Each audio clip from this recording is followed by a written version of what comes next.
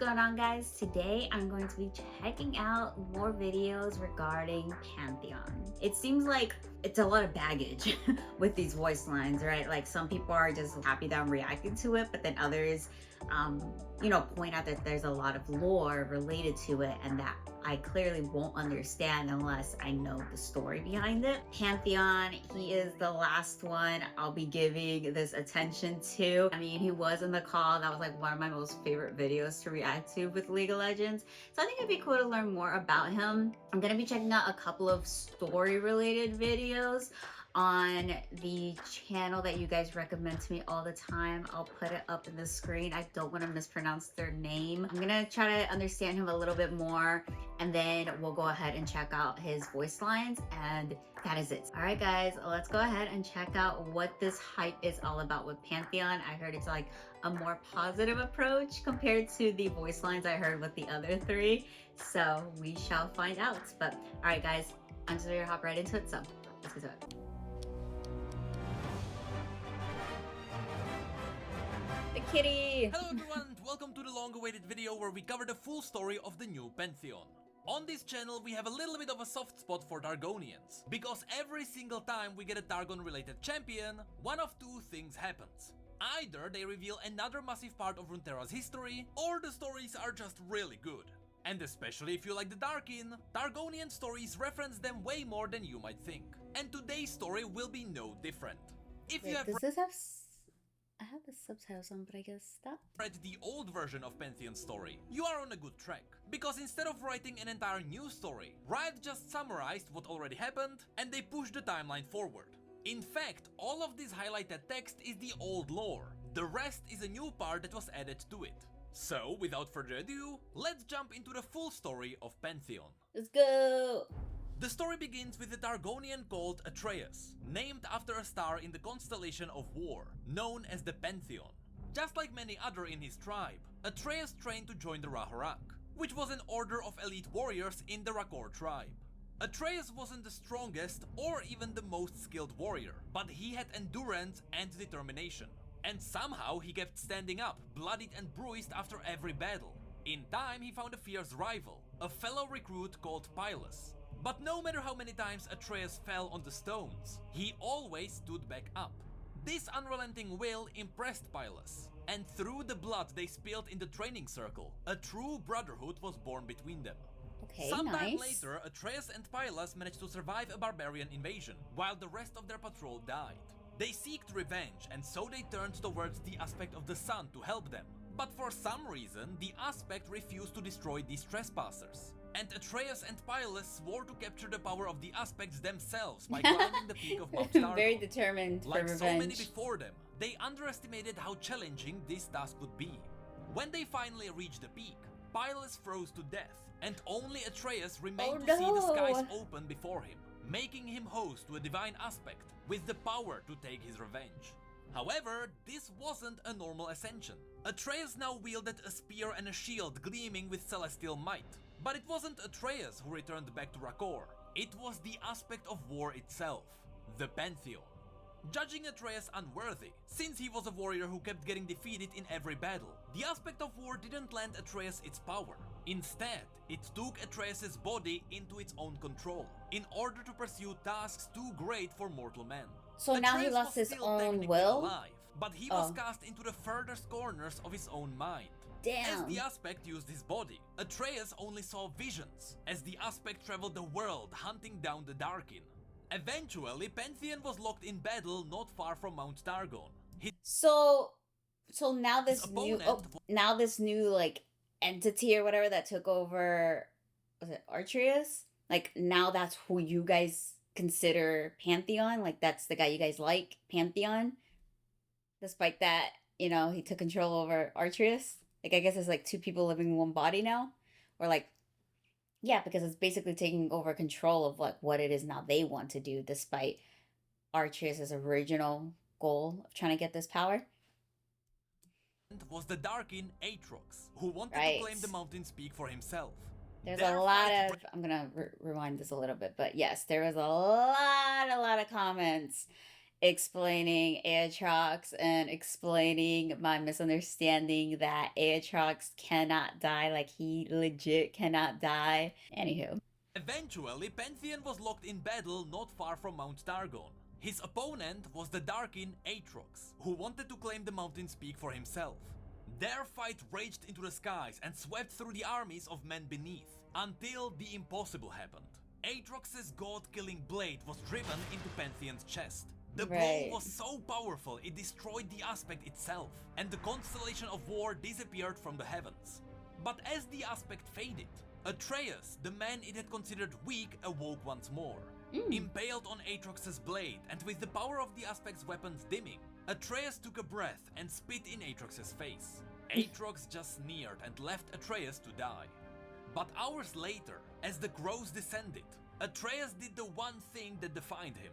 He was bloodied and got bruised, back up. but once again, he painfully stood back up. Let's go, Atreus! After a lifetime of defeat, with his will to live, and full of anger at being betrayed by the aspects, he wouldn't allow death to claim him like it did war itself. So with the trail of blood behind him, he stumbled back to Rakor. Back in Rakor, Atreus recovered in Pylos' home, healed by Ayula, Pylos' wife who was now a widow. It was there that Atreus realized he had spent his entire life looking up to the stars, but he never considered what's beneath. Unlike gods, mortals fight because they must. They know that death is certain for them. In fact, barbarian invaders now threaten the Rakor's northern settlements, including Ayula's farm. So a couple of months later, when he finally recovered, Atreus picked up his dulled spear, and he set out to end the scourge himself. Is that But what the when scar he is arrived, from he Aatrox? found his sworn enemies already under siege. He knew from their cries and from the overwhelming stench of blood that they faced Aatrox, and everything suddenly made sense. The reason why the barbarians attacked Targon, and why the aspect of the sun refused to destroy them, was because they were driven here by Aatrox. And even though Atreus still saw them as his enemies, they were much like the Rakor, mortals who suffered in the conflicts between greater powers. Atreus now felt cold rage at both the Darkin and the Aspects. They were no different. They were the problem. Atreus put himself between the barbarians and Aatrox. Recognizing the battered shield and spear of the fallen Aspect, Aatrox mocked him. Without the Pantheon's power, Atreus was no one. But even though Aatrox's blows cast him to his knees, upon hearing the cries of the people around him, Atreus' own will reignited the Aspect spear, and with a mighty leap, he struck a blow that severed the Darkin's sword arm. Both the blade and the Darkin fell to the ground.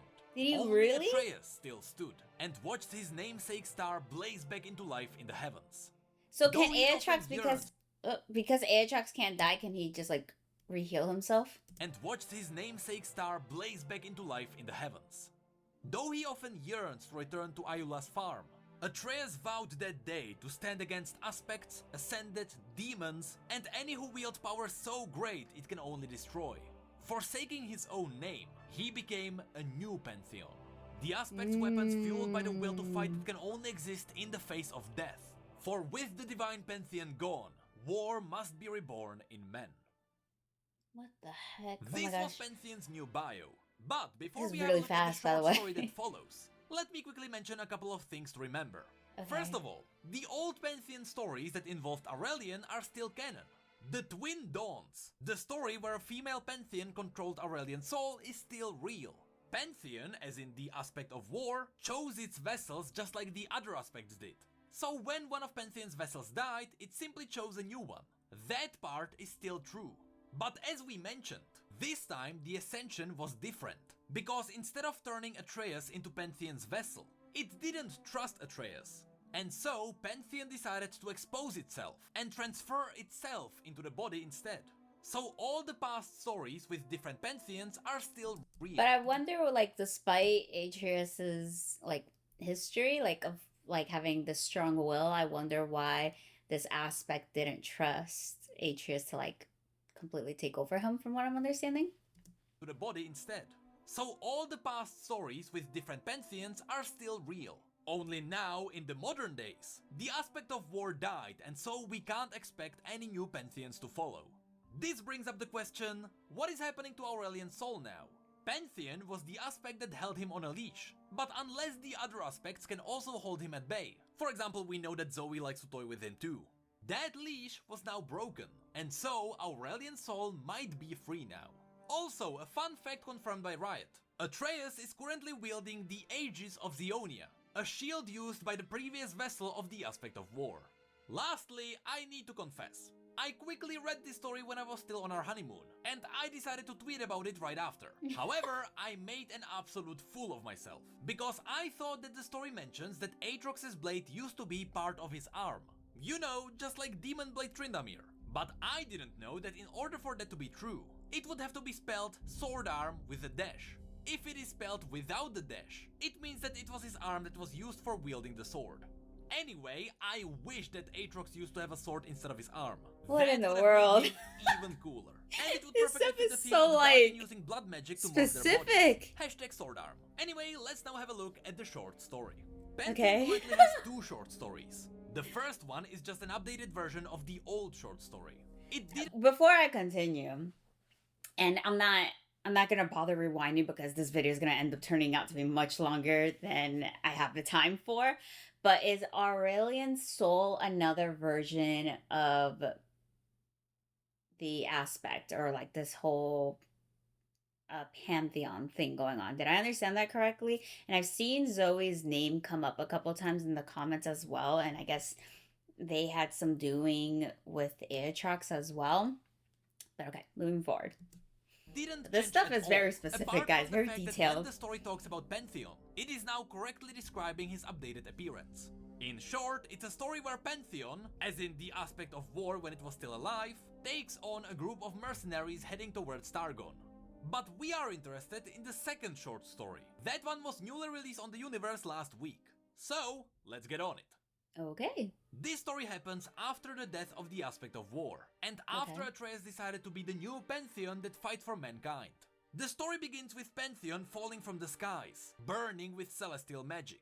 He landed in Nerimazeth, a very special place to all lore fanatics, because it is here where the first prototype of the Sun Disk was built, and it was here where the Shurimans tried to create the first Ascendant. 50 warriors of the Rahorak army, specifically the revered Solari, marched for 3 weeks to get here. Just like Pantheon, they were here to investigate a power that grew, while their own waned. As Pantheon explained, Shurima was born in these ruins, because it was here that the Ascended that were meant to protect the Empire were created. However, these Ascended God Warriors outlived the Empire, and slowly they were driven mad by long centuries of conflict, becoming darkened and laying waste to the world before being contained. But as Pantheon knows, not all But I thought the Darkin were like people that were gods and then got trapped in their weapons. I think that's what I read in the comments. Wait, let me rehear that. were created. However, these Ascended God Warriors outlived the Empire, and slowly they were driven mad by long centuries of conflict, becoming darkened and laying waste to the world before being contained. But as Pantheon knows, not all Darkin were contained, and some still live on. With that, a couple of spears flew by Pantheon's helm, as the Rahorak unleashed their I full still have might questions, with the battle but I'll cry. just But leave it in alone. response, a blast of magic cleared the spears from the sky and carved a path of destruction through the ruins. Once the dust settled, Pantheon saw it, the reason why he was here. A broken creature unlike any Ascended he had seen before, a shattered god that has claimed this fallen city and would see it rise again. The Rahorak realized they were facing a god warrior, and suddenly their morale quickly dropped. They couldn't defeat it. But Pantheon stepped forward. He was determined to show them how a god dies. With that, he Ooh. charged towards the creature, and his spear was ablaze with celestial magic once more. He threw the spear at the enemy, and it unleashed another blast from its broken form. But unlike the Rahorak spears, Pantheon's weapon wasn't burned away in the air. Instead, it streaked like a comet at the Ascended, casting it to the earth. Pantheon looked around, and he saw a Rahorak warrior cradling the body of her fallen friend. Her own arm has been scorched by magic, where she tried to shield her friend from the attack. She looked at Pantheon, and out of desperation, she asked him if he was an aspect. She wanted to know if Pantheon can save her and her friend. All around Pantheon, the Rahorak lines were broken, along with their will to fight. Pantheon didn't answer that question as the spear flew back into his hand. The Ascended left no blood on the spear, because its form had no flesh. It was only magic. But is it?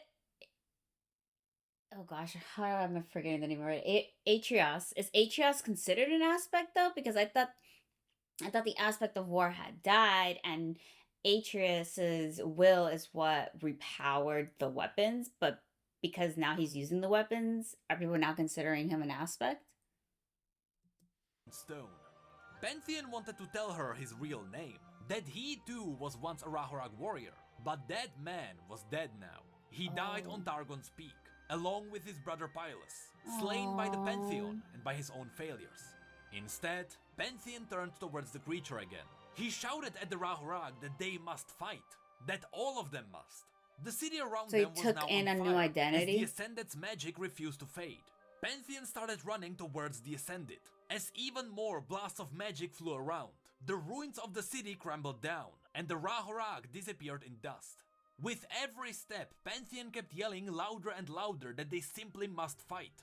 When he finally got in range, he started slashing into the Ascended, cutting across the broken stone that boasts instead of a face. More blasts crashed into his shield, pushing him backward, and eventually Pantheon's feet dig into the dirt, as he struggled to hold the rage-filled magic that kept beating into him. Pantheon leaned into it, and the magic started deflecting wildly in every direction, cutting through the ruins, the sky, and through the Rahurak that still cowered beneath both. Pantheon was reaching his limits, and from the look in its eyes he realized the creature knew it as well. Suddenly, Pantheon's spear dimmed, and his helmet fell from his head. Spitting blood into the dirt, Pantheon saw that one Rahurak warrior framed by smoke in all the chaos. She looked back at him, and for the first time, she didn't see an aspect. She saw a man. A simple man just like all of them. Pantheon wondered if she knew who he really was, because her eyes were no longer full of pleading to the gods. They were full of determination. Pantheon noticed the light grow on her face, as the creature gathered power for one more blast. But without hesitation, even though her arm was burned and her friend laid still, the warrior picked up her shield as she stumbled towards Pantheon to face death. As the light grew brighter, Pantheon asked her about her name. Assos, she replied firmly as the blast burned everything away. Suddenly, there was no more power, no more aspect, and where Assos once stood, there was only Pantheon's memory. Pantheon knew the length of the woman's sacrifice. She knew she wouldn't survive, but she fought anyway. The power of her will was greater than the stars, and much greater than Pantheon's will, or even the weapons that kept him alive. Pantheon wouldn't let this sacrifice fall in vain, and as he struggled to get back to his feet, he saw other Rahurak emerging from cover. They all stood together now. They stood together. I mean, if that wasn't motivation enough, it just that it's throwing me off why they keep calling Atreus Pantheon. That's like, a lot's been said in this video, you guys, so don't get mad at me. But yeah, I don't understand why they keep calling him Pantheon now. Is it because Atreus said that he died up in that mountain, so now he is considered Pantheon? Courage. The gods are nothing. Pantheon shouted the name Assos into the ruins, and the Rahurak replied the same. Though he was broken, that must have been powerful. though the god was dead, Pantheon was set ablaze by the power of will once more. He was called to battle, as the Rahurak threw their spears again, and the Atreus star of the Pantheon constellation blazed in the sky. Although that's it for Pantheon's story, before I leave you, let me mention something you should know about. Although the story doesn't straight up say it, I am 99% sure that the creature from this story is actually Zerath. Everything lines up with this theory. The creature had no flesh. It was nothing but magic and stone. Of course, the stone would be the sarcophagus. Also, when Pantheon slashes at his face, he hit a stone where the face should have been. Also, the creature had no weapons. I was gonna say, what kind of monster is this? Magic.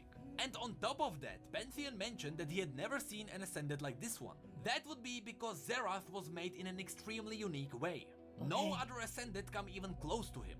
The final hint is that the story said that the creature claimed Ner Mazeth for itself, and it wanted to raise it from the ruins and rule it. This is exactly what Zerath wants. He is slowly rebuilding and conquering cities around the capital, so he can slowly overtake the Empire. I know, this isn't as exciting as confirming a new Darkin, but hey, I'm sure we can figure out other Darkin theories.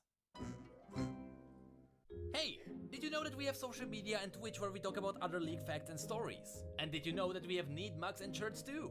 The links I love to how all like that will be below. And as always, passionate thank he is you about again. this.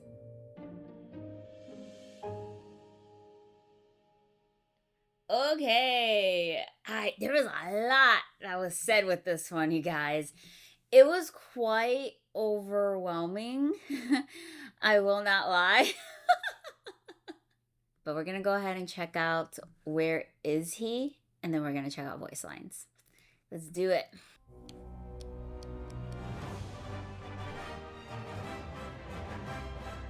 Well, rather surprisingly, right before Zeri, Riot also released a brand new story for Pantheon. But later we learned that this story was supposed to be released in 2021.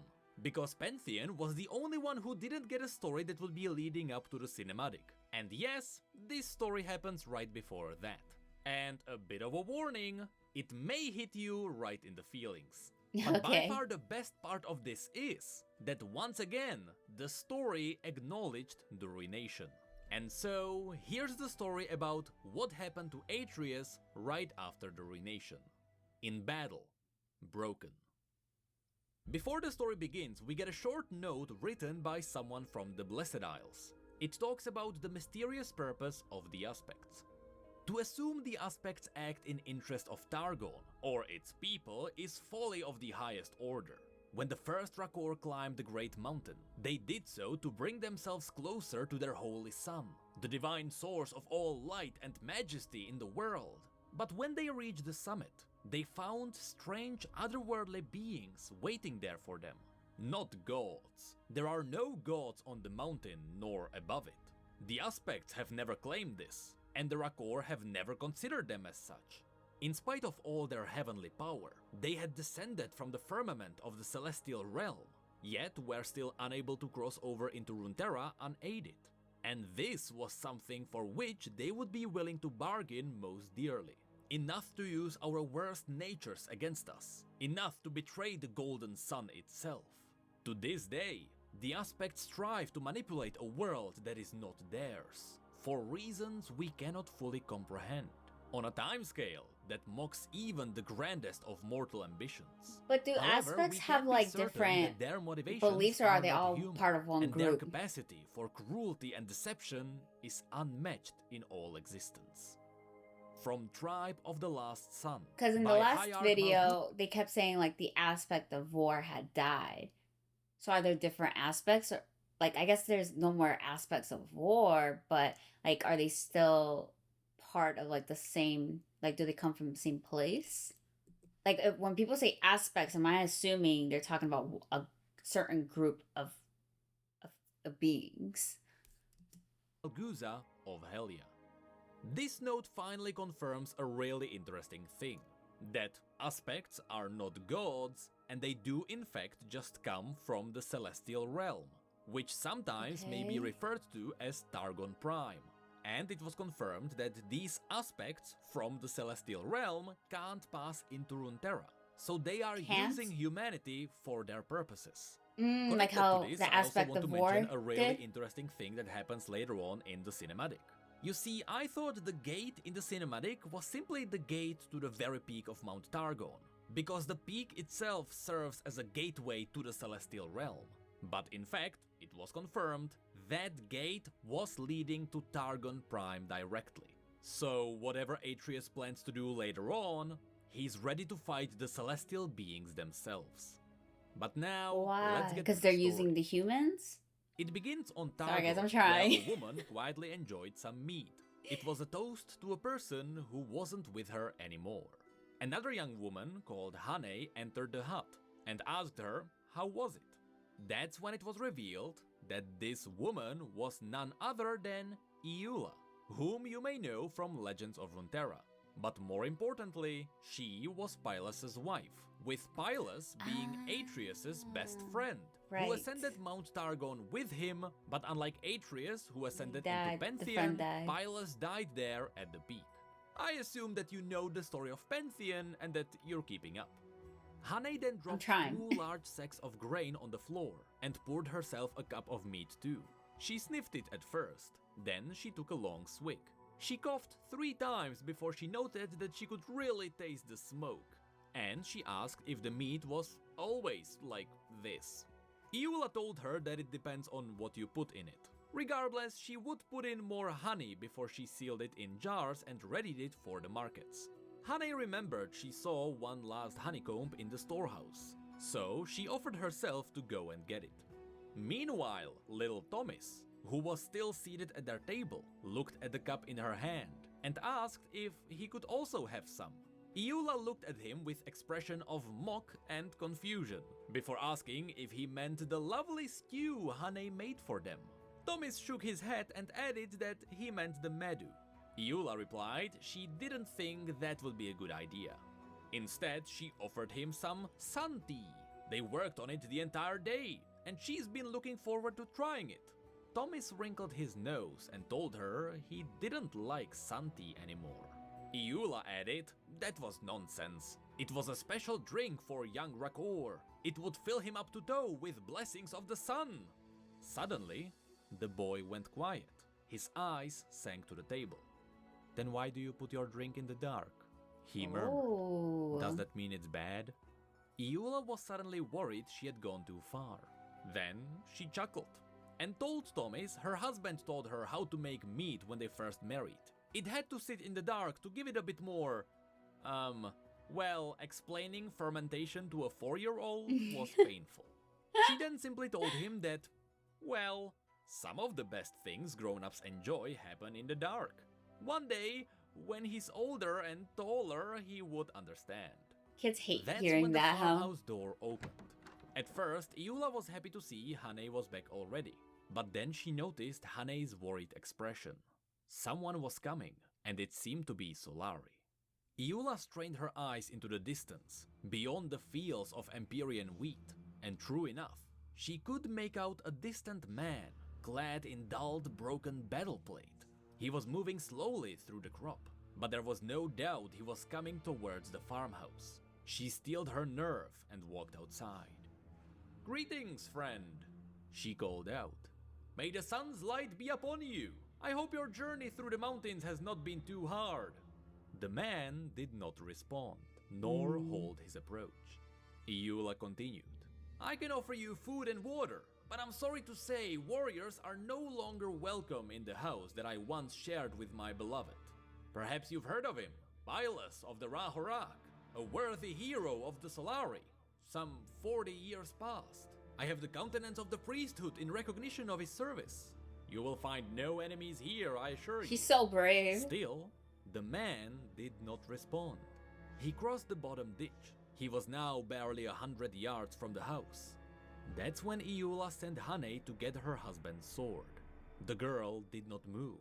She stared at the approaching figure.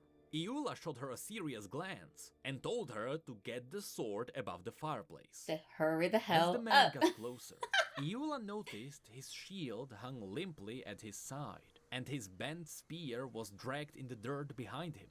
She did not know why the man came, but if he meant the 3 of them harm, she would be ready to fight back. Seconds later, Hane returned, clutching the sword to her chest. The warrior was now on the path to the house. He stumbled, and Iula noticed his left sandal was slipping loosely from his bloodied foot. Her heartbeat thundered in her ears. Atreus? The warrior stopped at the sound of his own name. The spear slipped from his grasp, and then he was falling. Though neither of them consciously intended it, Iula and Hane both lunged forward in a vain attempt to catch him. Some instinctive mortal reaction to seeing true divinity humbled and laid low. But of course, they could not. Atreus, once known as Pantheon and the aspect of war, crashed face first onto the flagstones, his helm seeming to ring like a cracked temple bell as it rolled. Wasn't it like Atreus and then Pantheon, the aspect of war, and then Atreus again? Way into the dusk. The story then cuts to 4 days later, when Atreus finally woke up. Iula didn't hear him putting on the freshly washed tunic, or creeping through the passageway in the kitchen. She first knew of his recovery when the smell of burning reached her nostrils. She immediately called for Hane to get Thomas. There was smoke in the passageway. She then remembered that Hane left for the markets a few hours ago, so Iula had to deal with this herself. She turned the corner and stopped abruptly. Atreus was crouched before the bread oven in the fireplace, frantically fanning a small blaze with his shield. His eyes were raw from the smoke, his hands smeared with flour and soot. He looked over his shoulder at Iula. "Forgive me," he choked. I don't know what I... She let out a cry of exasperation and grabbed a flagon of water from the pantry. "Get out of the way, you big oaf." Steam billowed from the oven as the fire was quenched. Iula coughed and wheezed. Then she glared at the warrior standing sheepishly in the middle of the room. "What are you waiting for? Get the damn door open!" She snapped at him. Atreus opened the door, then thought for a moment, and started moving it back and forth to waft fresh air inside. Iula shot him a withering glare, before lowering herself to her knee in front of the oven to inspect the damage. "Well, that's a whole batch ruined, and the fire's dead too. It took me a whole day to get it up to the right heat, you know." She jabbed a thumb over her shoulder in Atreus' direction. "I told you the last time you were here, you will never be a baker. Just give up." He continued to waft the door as if it were the most important task in the world. He didn't want to "The face girl," her. he murmured. "She asked me to mind the bread before she left." Iula got back to her feet with some effort. "You spoke to Hane?" Atreus nodded. Iula noticed that Atreus would not look her in the eye. Instead, he kept his gaze on the floor between them. And she couldn't shake off the feeling that now he looked lesser than she remembered. He didn't radiate his stubborn defiance. Atreus then told her he wanted to find something to repay her years of kindness to him. To which Iula replied, he should probably find something outside of the kitchen. Maybe she would let him till the fields. Hopefully he wouldn't set the mud on fire, but she wouldn't be surprised if he did. A glimmer of smile crossed Atreus' face, but it was only a glimmer. He then glared to the passageway. Thomas was standing there, peering around the corner. Iula told him to come out and say hello. This was the man they've been helping. They've been friends for very, very long time, although he didn't look like it. The boy did not move. Neither Did she say at this point like 40-something years have Iula passed? sighed, trudged over and picked up the boy. Walking into the kitchen, she explained that Thomas was afraid of Atreus. He was the first soldier he had seen since he was orphaned. Atreus looked from Iula to Thomas, and back again. "He is not yours?" Iula laughed. "Are you being serious? I'm never quite sure with you." Atreus' eyes It's Hannah's fell to the kid, no? floor again. I don't know, Atreus. I can tell you this very young boy is not my son. And before you ask, no, Hane is not my daughter either. I'm 68 years old, and I know I look it. So don't try to flatter me into forgiving you for the burned bread either. I know you don't ever seem to age, but the rest of us mortals bloody well do. She then looked directly at Atreus and saw something she had never seen before. His eyes were brimming with tears. He was trembling. She made to take a step toward him, but Thomas squirmed uncomfortably, so instead she sent him to his room. When he was gone, she continued. "You've been gone for so long," she said, reaching out to place a reassuring hand on his arm. "I was beginning to wonder." Atreus reacted to her touch as though struck by summer lightning. "Get away from me!" he bellowed. Recoiling with such force, he crashed over the low wooden bench and split his forehead on the corner of the table. Damn. Iula startled away, almost losing her balance as well. Atreus covered his face with one hand and tried to regain his footing. What's He wrong backed with him? into the space behind the open door and brought his knees up like a wall between him and the rest of the world. "Don't touch me, don't touch me, don't touch me," he repeated again and again underneath his breath. It Some had trauma. pained her to see him physically broken, but Iula knew now that the wounds he must recently have suffered ran far deeper than his flesh. And that hurt her more than anything else she could imagine. She folded her arms tightly across her chest, sobbing gently, grasping the fabric of her smock, and sank down to sit opposite him on the floor. They sat there for some time. Iula said nothing for a long while. Eventually, she asked, What happened to you, old friend? I don't know. I don't really remember. What do you remember? Do you recall the last time you were here? The last time we saw each other? He frowned a little. I think so. How long ago was it? 6 years, Atreus. I haven't seen you in 6 years. Yikes, Her can you words imagine? seemed to hang in the air longer than she had intended. She watched him attempt to process them in light of whatever it was he wanted to tell her. I think I went back to the peak, he murmured. I think I climbed the mountain again. Iula's eyes widened. But I know Searching for what? it shouldn't be possible. And yet, there it is.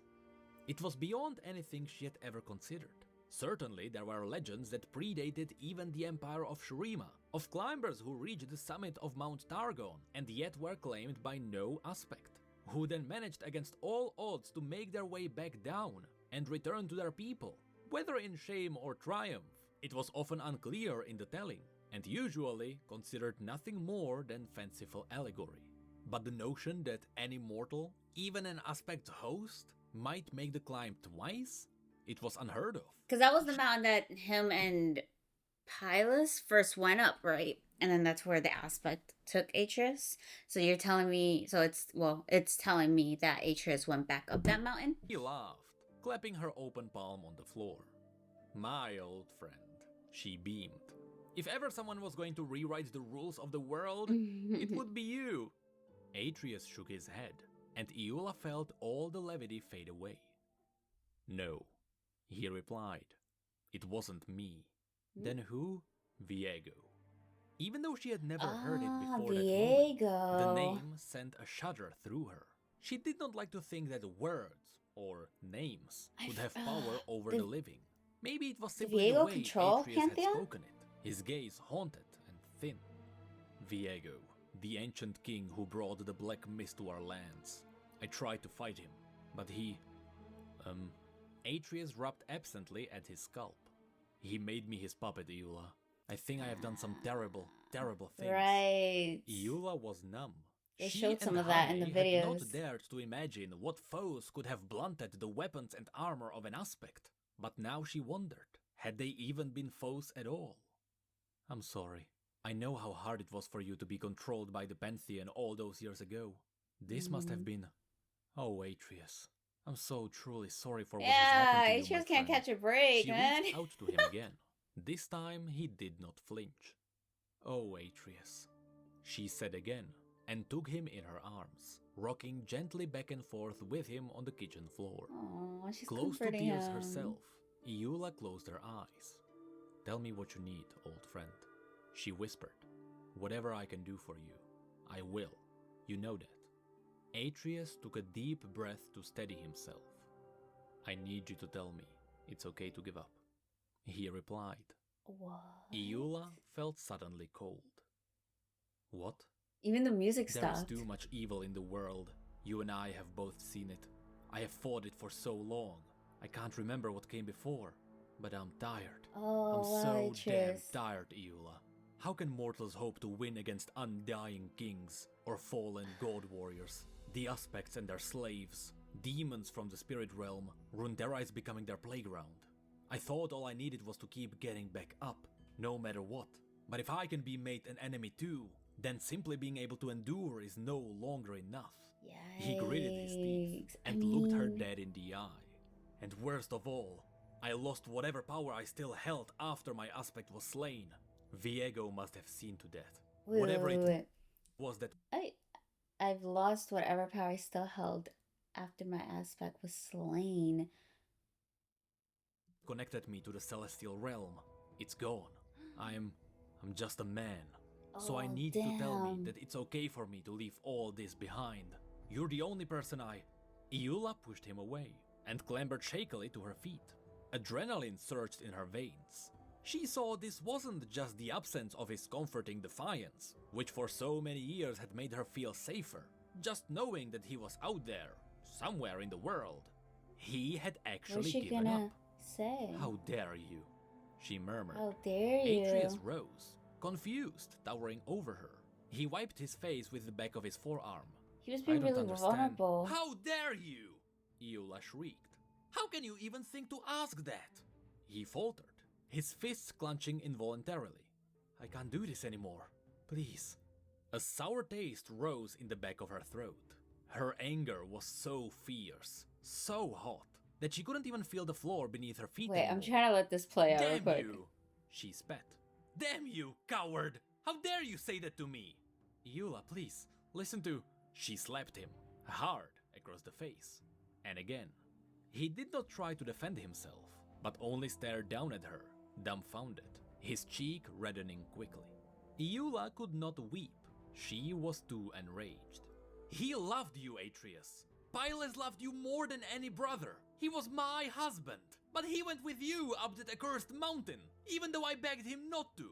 He was mine, and you lost him up there. Oh, She no. let out a wordless cry of pain and dug her nails into her forearms. You got to hold him, Atreus. You got to hold him as he died. And what did I get? She pointed to the mantle where She's Pylus' blaming blade hung. him. I got a sword. Nothing more. Eula squared her jaw and looked up into the open I don't sky she understand imagined why she's beyond taking the this- ceiling beams. I guess it's because Atreus is really the only person she can release her anger towards. But if I'm being completely honest, like I don't think it's fair for Atreus either because yes, Eula lost her husband, but Atreus, like she stated, he was up there with his friend, so it must have been just as hard for Atreus to lose that friend. But you know, just because something happened in the past, what, you're gonna carry that for the rest of your life? Like Atreus, as he explained, like he's been used time and time again. He lost his power. He's so tired. I think, you know, if anything, he just needs to look within himself and try to like figure himself out instead of having to look for someone to like tell it for him. Because now look what's happening. Don't you dare tell me about what you have lost and how you can't go on anymore. You don't get to retire. You don't have that option. This isn't about you. It never has been. I helped you because that's what Pylus would have wanted. I even tried to become a soldier and follow you on the battlefield after he was gone. He died for you, so you could become something greater than any Rahurak, greater than any mortal. Atreus shook his head. But I'm not. Exasperated, she stomped to the fireplace and snatched down the blade, branching it from its sheath and pressing it to Atreus's heart in one sweep motion. Then we don't need you. We may as well let the aspects have their war, and let that be the end of everything. The tip of the sun-tempered steel parted the threads of his tunic and drew a trickle of blood from his breast. He looked down at the small crimson spot, slowly spreading across the fabric. Then he looked back at Eula. What war? He asked, his voice sounding weak. She tightened her grip on the sword, realizing only then that she did not know how she expected this to end. The Solari, Atreus. They see heresy everywhere, and they are not just killing anyone they suspect of being Lunari, but anyone suspected of harboring them too. Okay, they're Unable losing to me take with a this hand part. off the hilt, she nodded instead toward the open passageway. Thomas isn't our settlement. The Rahurak butchered them. This is what happens when aspects cloak themselves in mortal superstition. Your former brethren have been driven into the darkness by the blinding light of their new savior. Something like recognition flickered across Atreus's features, as if he were trying to recall a fading dream. And the aspect of the moon, of course. She has not yet stepped forward to lead the Lunari.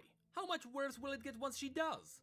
You swore that you would stand against them, Atreus. That you would not let this world's fate be decided by such inhuman monsters, even when they choose to do nothing. I'm sorry for what has happened to you. I truly am.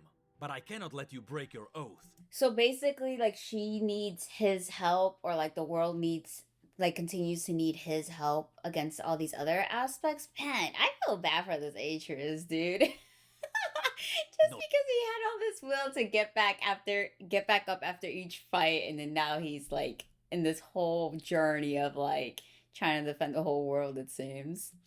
Now, Atreus slowly, deliberately closed the fingers of his right hand around the sword blade. Killing either the aspect of the sun or moon will not end the conflict in Targon, just like the death of war did not lead to eternal peace. Shut up. Stop trying to justify what you want, and do what you know you should.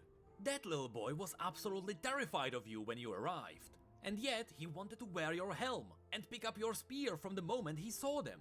If you won't act now, then that's the only future he has. Growing up to fight and die like too many Rakor before him. So much She pressure. forced as much conviction into her voice as she could muster. You need to get back up, Atreus.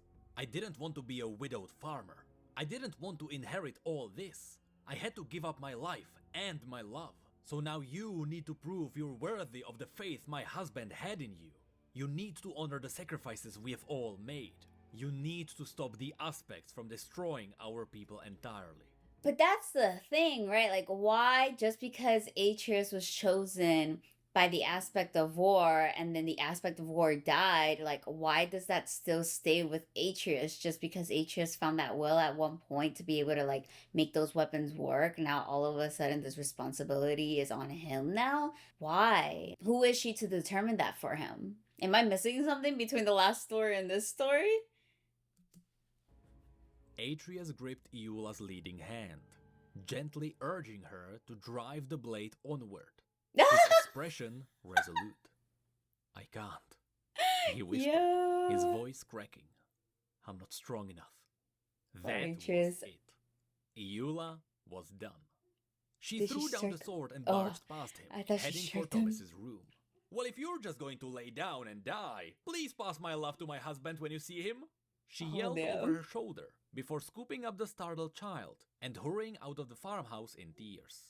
She Oh. did not look back to see if Atreus was following them. Where are we going? Thomas asked. Iula winced as her bare feet were cut raw on the stony path, but did not slow her pace. We're going to cut she's some so more upset. firewood, my boy. She managed a smile. We're going to bake bread again today. I don't know. I'm kind of siding with Atreus here, though. But maybe it's because there's maybe something else part of the story that I'm not understanding. But I feel for him, and I guess it's because Atreus was like their only hope, and now he's giving up. Now it's like really hopeless.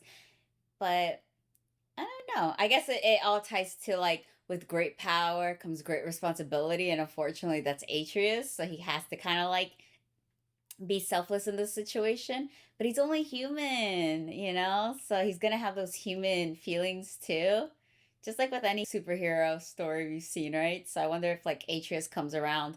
But I didn't like how she was trying to like force upon this responsibility on him like that. When they returned, Atreus was gone. Iula ignored the handwritten note that had been carefully placed beside Pylas's sword on the kitchen table and went to close the door.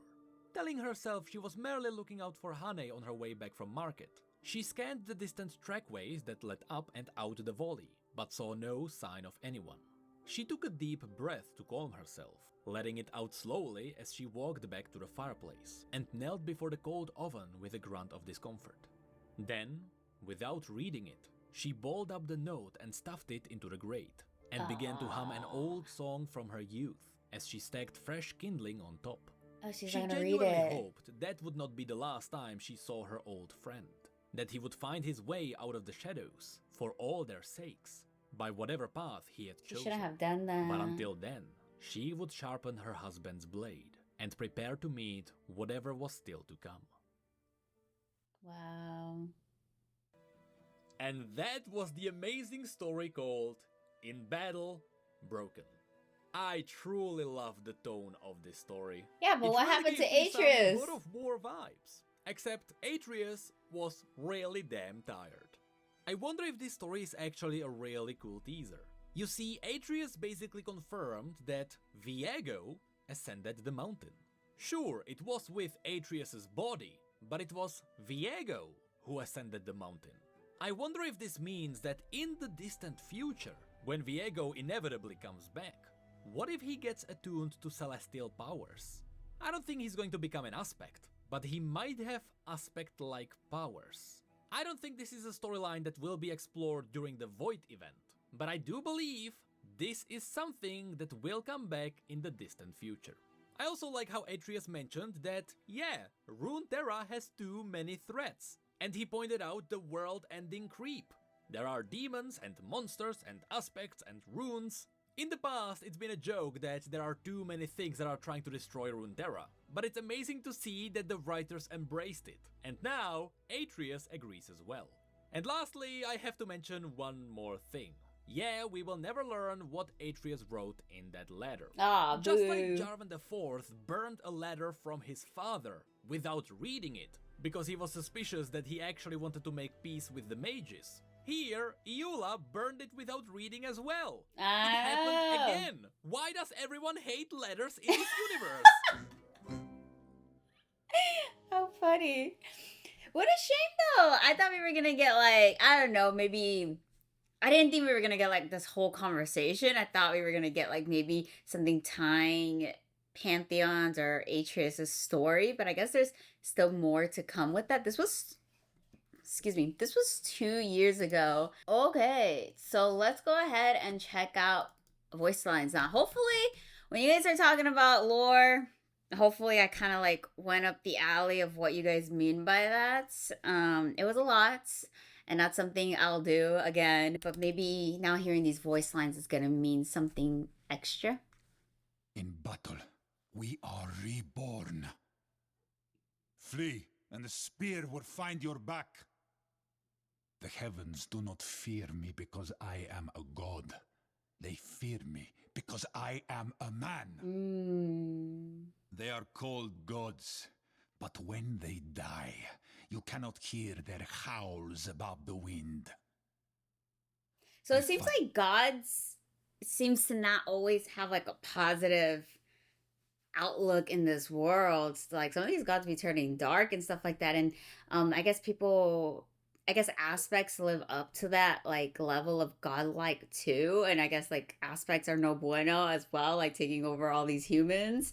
So yeah, but even though it's saying Pantheon, I'm sure we're getting this through Atreus's mindset, right? Fight until the blood takes the spear from my grasp, until I can only crawl. And even then, you will not defeat me. It's that will they talked about. Then, I will spit in your face. Oh, was this to Aatrox? Let this day be legend. Yeah. Brother to warriors resting beneath wheat. Son of battles 1,000 times lost. I know who I am, and I will show the gods what I can become. That makes it even more sad, like hearing him say that, I know who I am, but then like listening to that story he had with Iula, like, I don't know, it just hits different now. My name is Soldier. By my spear, they will know war. Shields defend hearts, both yours and those beside you. Aatrox has slaughtered gods, but now he faces a man. I like how he like addresses himself as a The man. earth is beneath me. The clashing of steel. I have heard it all go silent. Death is the only thing that ever embraced me. I will That's so sad. carve my scars into the heavens. Wow. I buried regret in a grave, along with my name. If they bleed, What was I that? will, along I buried regret in a grave along with my name. Is that what they meant in the video where he said that he lost himself up in that mountain with Pylus?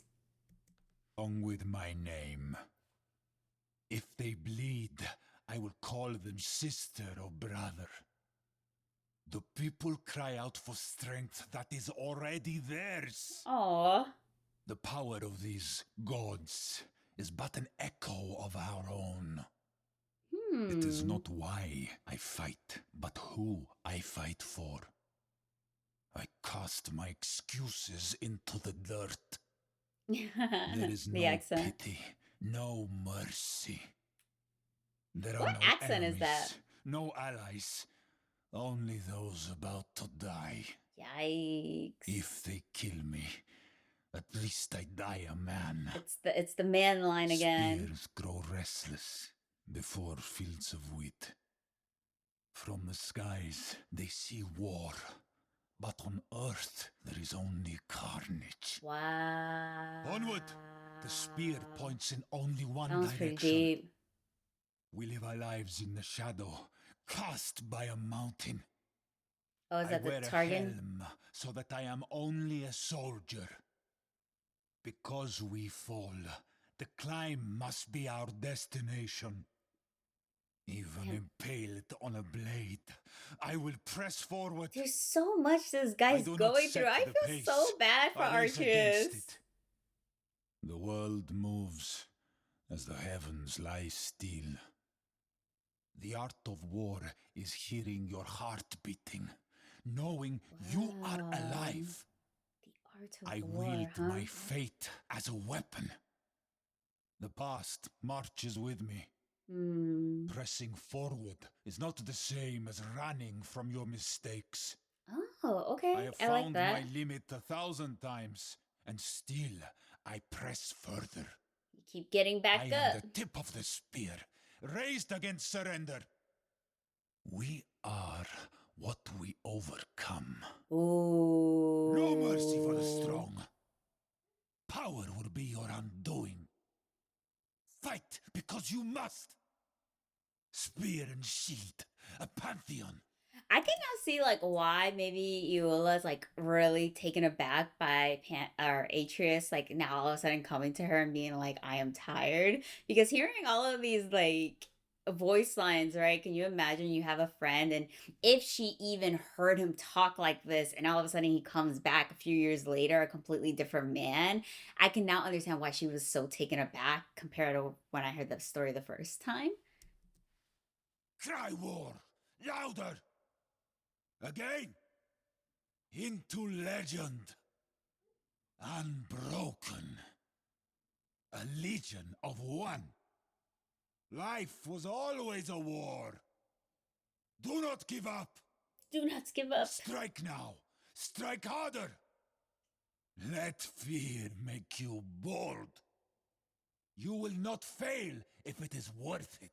Ooh. You can only defeat yourself. Ooh. Echo for eons. Everything or nothing. Until my spear dulls. Willpower sets my spear alight. Before True, you fight, yes. you must rise. Between each beat of my heart, I strike.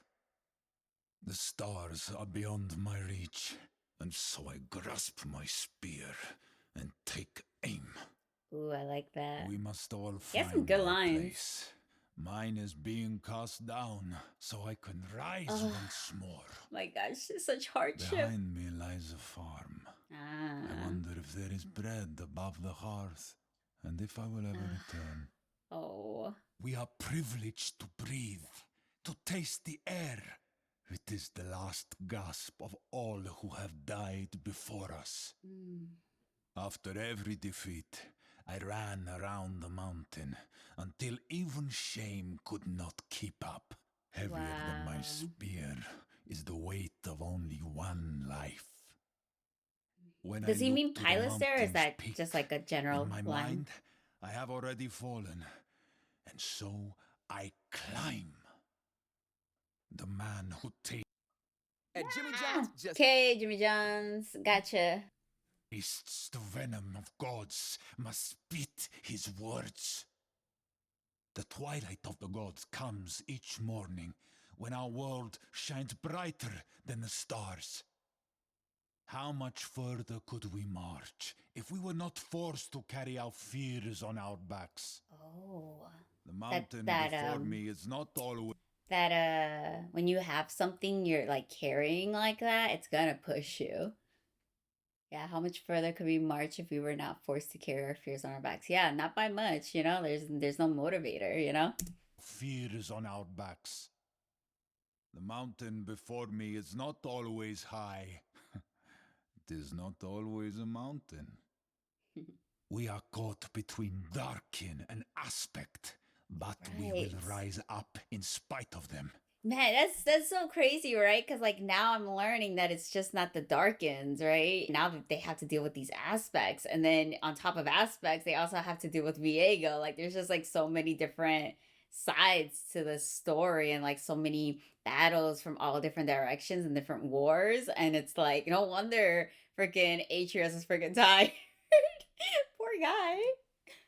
Vengeance is cold. I do not need it on the mountain. How many times must I die before I learn to live? Stand back up and never be defeated. The god died. The man lives. That's literally like that right there. Girl, careful. Him getting up and then this right here, right, is like what the definition of what I think Atreus really is, right? I will fall at least one more time. I will not surrender. The beyond can have me when I am done. Ooh. Why do you When fight? I am done. We bleed into the same earth, and bleed we must. Face me! Aatrox, the world ender, but from death comes life. Nope. The power you sought has destroyed you, Aatrox. You will find no other end. I kind of feel bad for like Aatrox too. Like he just wants to like find his own version of peace, but I guess he'll never find that. Jeez. Aatrox would drown the world in blood just to stain the heavens. You sought to become a god, and you were made their pet. Ooh. Darkin or aspect, it does not matter. Parasite. The Ooh. blows of gods cannot shatter the world if they strike me instead. I like it. Gods So need much on his shoulders slaves, though. And they found you. Who's I he? am not the Pantheon.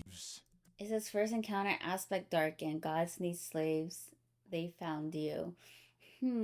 Is he talking about Aatrox in this particular? I know it says aspects slash darkened, but aren't gods like aspects? So are they saying that the aspects enslaved Aatrox? Because I think that's my understanding from it, right? Like they enslaved them in their own weapons or something like that. And they found you. I am If not it the is, that's really Pantheon, mocking, you know? Creature. I am Atreus, Yes! a mortal, about to slay a dragon. Let's I go. once trusted my destiny to the stars, dragon. Now I trust in steel. The Lunari do not need a god. They need a leader. Is this a god or a rag? Oh damn. Battle is a dance. Damn, And that was fortunate that was real. find That was really offensive. Is this a god or a rug? Wow. battle is a dance, and the fortunate find their partner. You preach movement while anchoring our souls. Cain, either the weapon is redundant, or you are. Oh. While you bow I to feel the like I've seen Kane in the comments before. sun, my spear finds your neck. Ooh. Hide behind your faith, Solari, and the robes of your priests.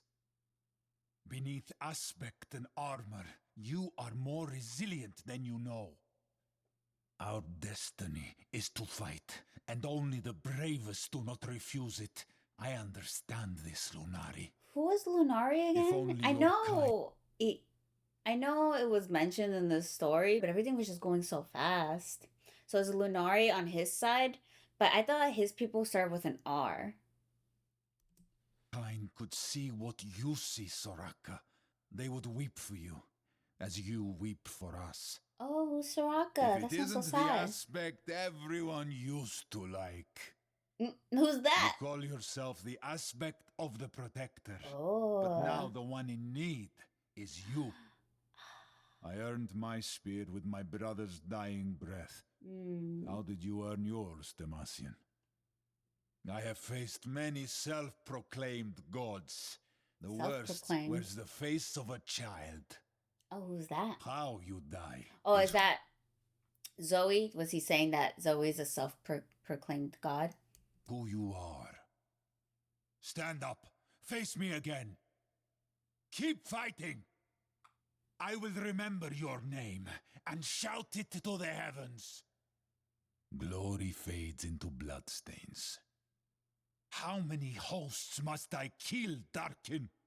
The Darkin's final words are not their own, but the cries of humanity. Did he say how many hosts must I kill? Because since Aatrox is like a weapon, or like these Darkins are weapons, they have. I read it in the comments, right? I think I understood that they had to take hosts, right, to be able to like fight or whatever. So is that what Atreus is like referring to?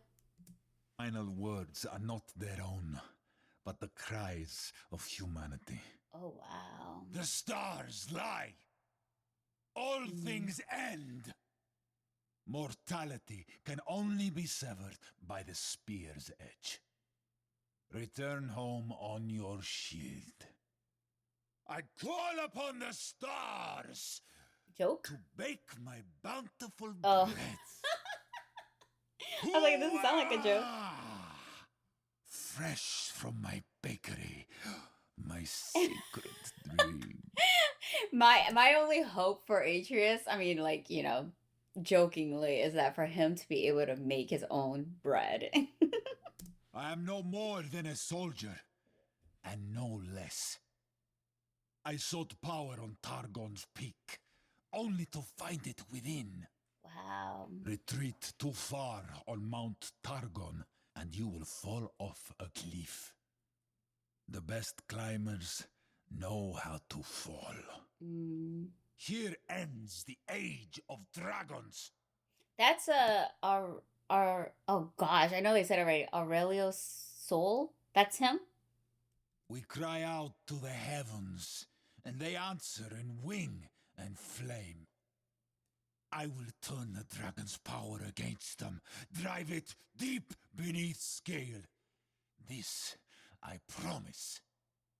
A dragon looms, its wings beating the song of battle, calling us to war. Oh man, you guys weren't joking. That was very, very, very inspirational. I think honestly my favorite one is still have to be Kindred. Even though I didn't watch any like the Kindred lore or anything like that, I really enjoyed what they had to say. Atreus is my second favorite because it did help, at least listening to some portion of the lore. And you know, please bear with me. Maybe there's other parts of this lore that I missed. I went based off of the videos I thought were best for the scenarios, so it helped me at least understand a little bit of more context for the voice lines. So there you have it. Hopefully it wasn't too bad. I guess Pantheon is like, you know, the popular name to use and like what they are known for, but I like that, you know, it's not really Pantheon, it's Atreus. Physically, is the physical attributes the aspect of war, or is that how like Atreus really looks like? But then now that he got taken over by an aspect, and then he was able to like revive that power with his will after the death, if he just was able to just not need to age. So it's like a really special case, it seems, with him, right? Because he's not an aspect or a god, he's a man, but he doesn't age, and he also has like the aspect's power. It's like weird, right? But I understand a little bit more, so that was really fun to do. All right guys, I guess that's all I have for you guys today. Thank you so much for watching. Please give this video a thumbs up if you liked it. Comment down below. I love hearing from you guys. Subscribe for more content, and I'll see y'all the next one.